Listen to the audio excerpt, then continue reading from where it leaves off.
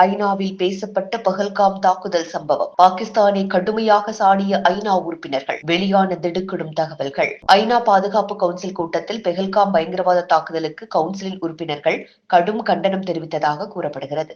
ஜம்மு காஷ்மீரின் பெஹல்காம் பகுதியில் பயங்கரவாதிகள் கடந்த ஏப்ரல் 22ஆம் தேதி பிற்பகல் துப்பாக்கிச் சூடு நடத்தியதில் 26 பேர் உயிரிழந்தனர்.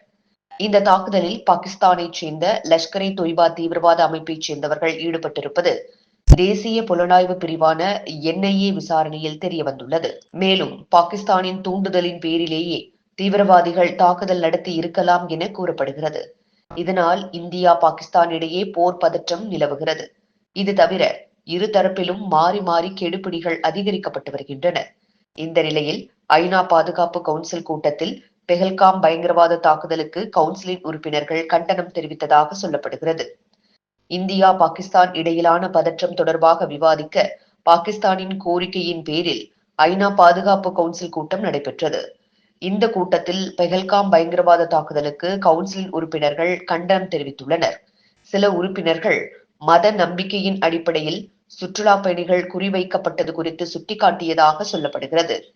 இந்த கூட்டத்தில் பாகிஸ்தானிடம் கடுமையான கேள்விகள் எழுப்பப்பட்டதாகவும் பாகிஸ்தானை மையமாக கொண்டு செயல்படும் லஷ்கர்-இ-தொய்பா இந்த தாக்குதலில் ஈடுபட்டிருக்க வாய்ப்புள்ளதா என வினவப்பட்டதாகவும் தகவல்கள் தெரிவிக்கின்றன.